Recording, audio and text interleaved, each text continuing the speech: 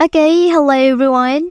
Here I want to provide a tutorial on how to turn off dial pad sound on Realme C67 device.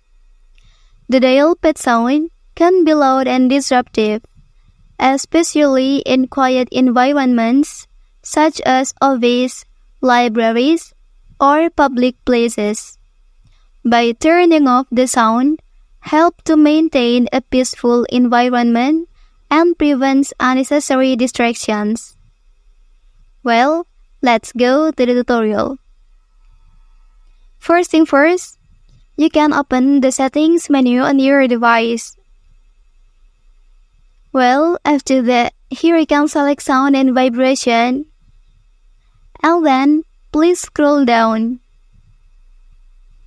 Okay, and then, here you can find dial pad tones, and you can turn it off by pressing this button. Okay, and then now the dial pad sound on your device is successfully turned off. Well, that's the tutorial on how to turn off dial pad sound on Realme C67 device. If you are helped by this video, don't forget to like and subscribe to get all the information from this channel. Thank you.